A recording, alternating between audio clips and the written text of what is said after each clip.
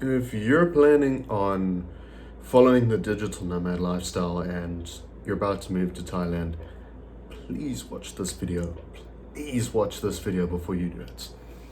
Alright, I don't have any plan for this video. I'm just going to go off the top of my head, but this is something that I want to make just because I wish that someone made this video before I took the leap.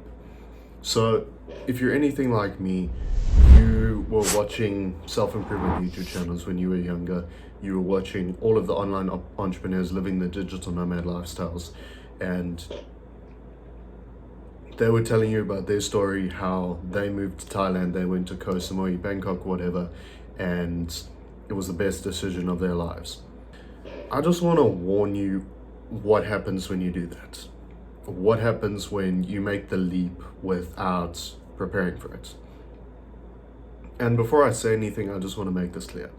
I'm not telling you not to do it, because I did it and it worked out fantastically for me. But I do just want you to be more aware of what the potential risks are than I was before I jumped into it, because I got burned pretty bad. And again, it worked out for me. But I do want you to be aware of these things, just because I wish that someone told me before I did it.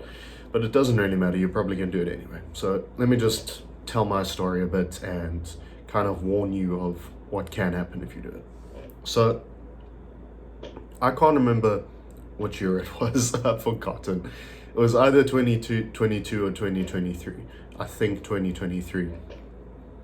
I decided that I wanted to move to Thailand or Bali or whatever, because that's just the way that everything turned out. And I was really sick of living in South Africa. So I'm from South Africa, to give that context. I was really sick of living in South Africa. I was sick of the high living expenses. I was sick of bugging my family. I was sick of not being able to get any decent jobs. So what I did was I had saved up a little bit of money, about, let's say $800, I think it was. I'd saved up about $800, equivalent of like 15,000 Rand or whatever, maybe a little bit less at the time. And I decided that I was going to just hop on a one-way flight to Thailand and figure it out from there. So I had saved my money. I went to go book the flights and the fucking flight price had already gone up. So my plan was already kind of getting cooked and I had to pay more for the flight than I wanted to. And it was a horrible, long, like 9-hour layover or something really cooked. After all the long layovers and whatever, I end up in Suvarnabhumi airport.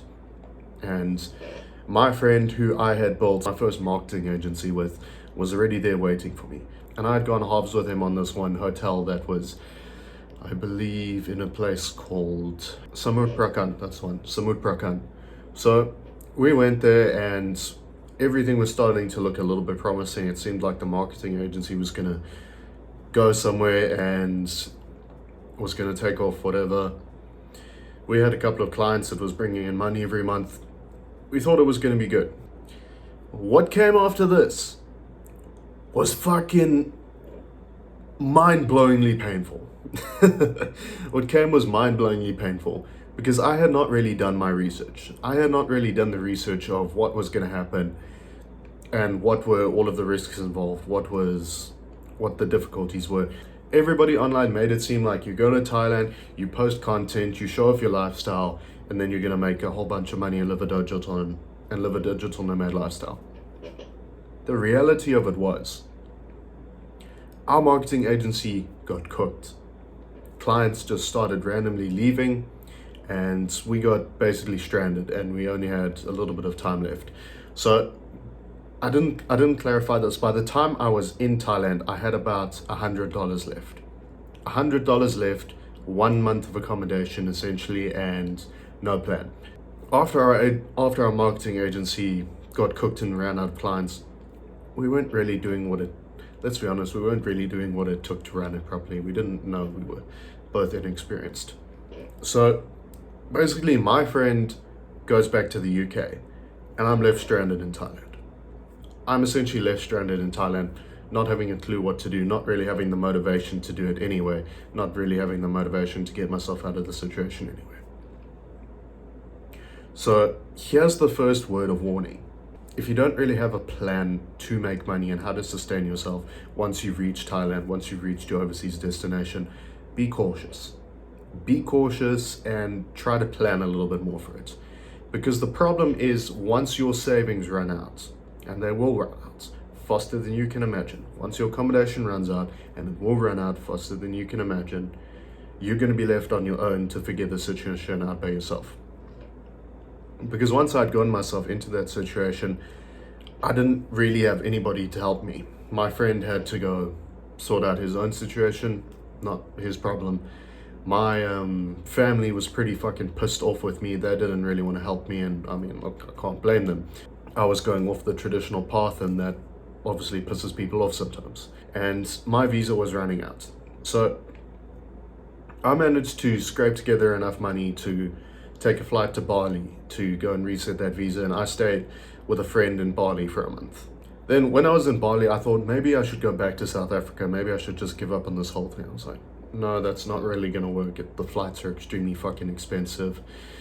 Anyway, I ended up back in Thailand. I barely got let in. This is the second word of warning. Immigration in Thailand has no fucking obligation whatsoever to let you into Thailand. It is completely at their discretion. They can ask to check how much money you have in your bank accounts. They can ask for onward tickets. They can ask for proof of accommodation. And if you're doing visa runs, which I did, they're going to get a little bit finicky with you. The one Thai immigration officer basically said to me, look, what are you coming back here for? Do you have a girlfriend here, or what's going on? I said, yeah, that's exactly why I'm coming back.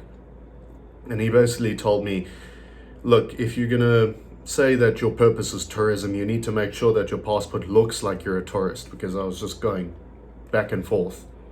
So if you are staying in Thailand and you are staying in these Asian countries on a tourist visa, you need to be aware that they don't have any obligation to let you in. So just watch out for that situation, because it happens to a lot of people that they get caught up in that, and then they end up having to stay in fucking Thai detention centers or whatever. Luckily, that didn't happen to me. It gets worse. I could not, for the life of me, figure out a new fucking income source whilst I was in Thailand the second time. I could not fucking figure out an income source, and it took me ages. It took me months. It took me months to be able to figure it out. Because the problem is, the same people who tell you to go to Thailand, the same people who tell you to go chase your dreams and to go and take the one-way flight, when the shit hits the fan, they will be nowhere to be fucking seen. They will not be there to pick up your pieces. They will not be there to help you. They make their YouTube videos, they make their money. It's every man for themselves. So just be cautious that once you are there, nobody's coming to save you. It is you, yourself, and nobody else. And then, whilst I was trying to figure out this new income source thing, I essentially went homeless. I spent basically one night homeless. I was being a cocky fucker, actually. I went and sat in the lobby of an expensive hotel. And this is when I was starting to figure out metaphysics and the manifestation stuff. And that's why I was like sitting in the lobby of a hotel. And as embarrassing as this is to admit, I essentially, for most of the night, went and hid in the hotel's fucking bathroom so that nobody would chase me out. But after that, and after I started understanding metaphysics and getting the manifestation stuff right, it started to get better, and within a few days, I was essentially a cocky motherfucker. I went and figured out how to make a bit of money then, and I spent all of it on staying in the expensive hotel for a couple of days, just to fix the fucking ego hit that I took. Just to fix my fucking ego hit that I took. But I essentially overstayed in Thailand, overstayed my tourist visa by, I think it was 183 days. It was very scary. It was very scary having to sit there and watch cops wandering around, wondering when they're going to come ask me for my passport to see if I'd overstay. It was fucking terrifying. Absolutely fucking terrifying. And there were more than a few occasions where that nearly happened. And there were more than a few occasions where I almost went homeless. Again and again. Now, eventually, after I got my metaphysics shit right, I found a business. I found a business that worked. It started generating income very quickly, and my life completely changed basically overnight, like over the course of a couple of weeks. And then I went to Bali, and then everything got better. But Thailand was terrifying. That situation that I got myself into was absolutely terrifying. So I just want to make this video as a word of caution. I'm not trying to discourage you from going to Thailand. I'm not going to discourage you from pursuing your dreams of being a digital nomad. What I do want to caution you is that you're going to be alone. And once you book that one-way flight, there's nobody.